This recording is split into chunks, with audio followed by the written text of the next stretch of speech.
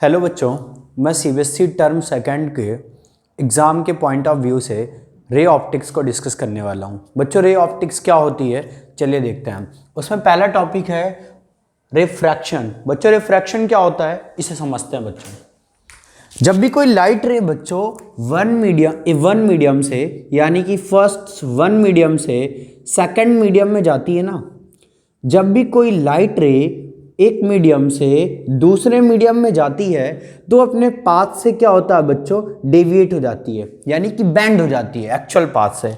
तो वो बेंड होने का जो फिनोमिना है बच्चों, उसको क्या बोलते हैं? या तो वो टूवर्ड्स फ्रॉम नॉर्मल होगी या फिर बच्चों अवे फ्रॉम नॉर्मल होगी। ठीक, यानी कि या तो क्या होगा, ये आपका नॉर्मल हो गया, नॉर्मल। अगर कभी भी लाइट रे को सरफेस के परपेंडिकुलर स्ट्राइक करा जाए तो बच्चों वो डेविएट नहीं होती है, इसीलिए हम उसे क्या बोलते हैं? नॉर्मल। क्या बोलते हैं? नॉर्मल। तो ये अपना क्या हो गया? नॉर्मल हो गया। ये आपके पास क्या है? नॉर्मल। ये कौन सी रे है? तो बच्चों इसको आपने इंसिडेंट, इसे नाम दिया है इंसिडेंट रे। ठीक, ये क्या है? Incident ray. और ये बच्चों क्या है? रिफ्रैक्टेड रे। तो रिफ्रैक्टेड रे ये हो गई।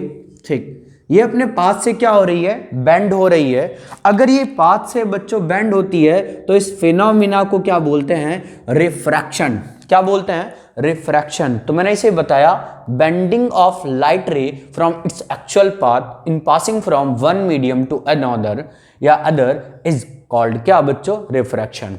ठीक, अब ध्यान से देखिए, ये कौन सी रे थी? Incident ray. और ये बच्चों रिफ्रैक्टेड रे। अगर लाइट रे बच्चों रेयरर मीडियम से किधर जाती है? डेंसर मीडियम में। रेयरर से कहाँ जाती है? डेंसर में। तो वो टूवर्ड्स फ्रॉम क्या होती है? नॉर्मल।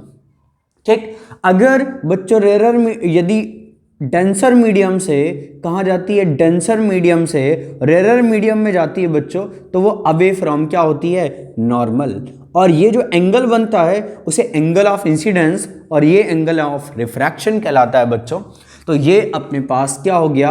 आई, और ये क्या हो गया? आर। यहां तक आपको बात समझ आई होगी। अब जरा एक पॉइंट याद कर रखिएगा, वो बोर्ड एग्जाम से बहुत पॉइंट ऑफ व्यू से बहुत इंपॉर्टेंट है। क्या पॉइंट है बच्चों?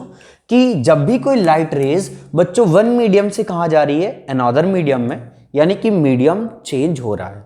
अगर मीडियम चेंज होता है तो आपको पता है कि उसकी स्पीड चेंज होगी, यानी कि रिफ्रैक्शन के फिनोमिना में स्पीड चेंज होती है बच्चों। फ्रीक्वेंसी भी वेवलेंथ भी चेंज होती है, but frequency remain constant. Frequency and colour, frequency and क्या बच्चों? कलर। कलर मतलब लाइट का जिस रे की है कलर, वो बच्चों हमेशा कांस्टेंट रहते हैं। क्यों? क्योंकि ये सोर्स की फ्रीक्वेंसी जो है वो बच्चों सोर्स की प्रॉपर्टी होती है। तो आपको ये याद रखना है कि जब भी कोई लाइट रे यानी कि रिफ्रैक्शन के फिनोमिना में बच्चों वेलोसिटी और वेवलेंथ चेंज होती है, जबकि फ्रीक्वेंसी और कलर कांस्टेंट रहते हैं। ये दोनों, ठीक, ये दोनों ही फिनोमिना बच्चों कांस्टेंट रहते हैं। आगे बात करते हैं लॉज ऑफ रिफ्रैक्शन। ठीक, तो देखते हैं बच्चों लॉज ऑफ रिफ्रैक्शन क्या होता है। चलिए इसे समझते हैं, लॉज ऑफ रिफ्रैक्शन को। ठीक, तो देखते हैं बच्चों लॉज ऑफ रिफ्रैक्शन क्या है।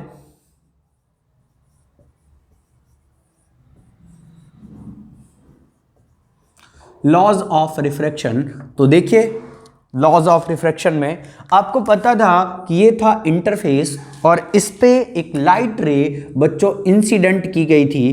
तो ये अपनी लाइट इंसिडेंट रे थी, और ये क्या थी बच्चों? रिफ्रैक्टेड रे। और ये क्या था? नॉर्मल। ये तीनों बच्चों एक ही प्लेन में लाई करने चाहिए। ये फर्स्ट लॉ था। क्या था? कभी ऐसा नहीं देखा होगा कि लाइट इस प्लेन पे ऐसे आई तो रिफ्रैक्टेड रे कुछ ऐसे निकल रही हो, कभी नहीं हो सकता बच्चों। ये हमेशा इसी प्लेन में रहेगी। ये मान लीजिए ये अपने पास कौन सा प्लेन है? X Y plane. तो बच्चों एक्स वाई प्लेन में ही इंसिडेंट रे मिलेगी और एक्स वाई प्लेन में ही रिफ्रैक्टेड रे मिलेगी और एक्स वाई प्लेन में नॉर्मल मिलेगा। तो तीनों ही बच्चों एक ही प्लेन पर लाई करते हैं। तो फर्स्ट लॉ यही था, incident ray, refracted ray and normal lie in the same plane. Lie in the क्या? Same plane. ठीक है, आगे बात करते हैं बच्चों, सेकंड लॉ क्या था? सेकंड लॉ था स्नेल्स लॉ। इन्होंने बताया था कि जो एंगल ऑफ इंसिडेंस है बच्चों, उसका sine of angle of incidence और sine of angle of refraction का जो रेशियो है बच्चों, वो हमेशा क्या रहता है? कांस्टेंट। तो याद रखिएगा, सेकंड लॉ था the ratio of sine of angle of incidence and sine of angle of refraction is always constant. और जिसको बच्चों आप क्या बोलते हैं? Refractive index. यानी कि मैंने यहां लिख दिया 1 म्यू टू। इसका मतलब क्या है बच्चों? इसका मतलब समझें, दैट मीन्स इसका रिफ्रैक्टिव यानी कि refractive index of second medium with respect to first medium. इसका मतलब है refractive index of the second medium with respect to first medium. अब बात करते हैं बच्चों से ब्रेक भी कैसे करते हैं, तो समझिएगा साइन आई अपॉन क्या बच्चों? Sine R. इसे लिखता हूं म्यू टू अपॉन क्या? म्यू वन ब्रेक कर सकते हैं। याद रखिएगा, अब ये जो म्यू टू और म्यू वन लिखा है ना, इसको बोलते हैं एब्सोल्यूट रिफ्रैक्टिव इंडेक्स। अब ये क्या होते हैं सर? इसको भी समझते हैं बच्चों। अभी एक टर्म सीखेंगे, ये था बच्चों रिलेटिव रिफ्रैक्टिव इंडेक्स। दो टर्म सीखेंगे अभी, रिफ्रैक्टिव इंडेक्स और सेकंड बच्चों एब्सोल्यूट रिफ्रैक्टिव इंडेक्स। अब समझते हैं इन दोनों के बारे में। पहले आपको ये दोनों लॉ समझ आए। पहला लॉ क्या था? Incident ray, refracted ray and normal lie in the same plane. तीनों एक ही प्लेन में लाई करते हैं बच्चों। और सेकंड था sine of angle of incidence और sine of angle of refraction का जो रेशियो होता है वो ऑलवेज कांस्टेंट होता है। अब बात करते हैं, यहां पे जो 1 and 2 आया, इसको बच्चों बोलते रिलेटिव रिफ्रैक्टिव इंडेक्स। रिलेटिव मतलब सेकंड मीडियम का रिफ्रैक्टिव इंडेक्स किसके रिस्पेक्टिव बता रहे हैं? फर्स्ट मीडियम के रिस्पेक्टिव में। तो पढ़ते क्या है? Refractive index of second medium with respect to first medium. या फिर इसे ऐसे भी ब्रेक कर सकते हैं बच्चों, म्यू टू अपॉन क्या? Mu one. और इन दोनों को बोलते हैं एब्सोल्यूट रिफ्रैक्टिव इंडेक्स। अच्छा, ये क्या होता है? इसको जरा सीखते हैं। यहां पर देखिए जरा, अगर मैं किसी भी ग्लास का जैसे रिफ्रैक्टिव इंडेक्स लिख रहा हूं बच्चों एयर के रिस्पेक्ट में, तो अगर कभी भी आप एयर के रिस्पेक्ट में किसी का रिफ्रैक्टिव इंडेक्स लिखते हैं तो वो बच्चों कहलाता है एब्सोल्यूट रिफ्रैक्टिव इंडेक्स। क्या कहलाता है?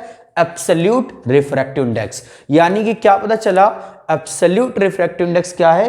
किसी भी मीडियम का एयर के रिस्पेक्ट में जो रिफ्रैक्टिव इंडेक्स होता है उसे आप एब्सोल्यूट रिफ्रैक्टिव इंडेक्स कहते हैं। और अगर बच्चों मान लीजिए सपोज दैट आप यहां लिखते WNG या μg, जो भी लिखना चाहें, तो बच्चों refractive index of glass with respect to water है, यानी कि किसी अदर मीडियम, अगर एयर से कोई अदर मीडियम हो तो वहां पर हम बात करते हैं रिलेटिव रिफ्रैक्टिव इंडेक्स। क्या दोनों बातें समझ आई बच्चों? देखिए इधर क्या बोला, अगर किसी भी मीडियम का रिफ्रैक्टिव इंडेक्स एयर के रिस्पेक्ट में लिखते हैं तो वो एब्सोल्यूट रिफ्रैक्टिव इंडेक्स कहलाता है, और अगर किसी मीडियम का रिफ्रैक्टिव इंडेक्स किसी अदर मीडियम के रिस्पेक्ट में लिखते हैं तो वहां पर रिलेटिव रिफ्रैक्टिव इंडेक्स की बात करते हैं। ये आपको कॉन्सेप्ट समझ आया होगा, आई होप। ठीक है ना?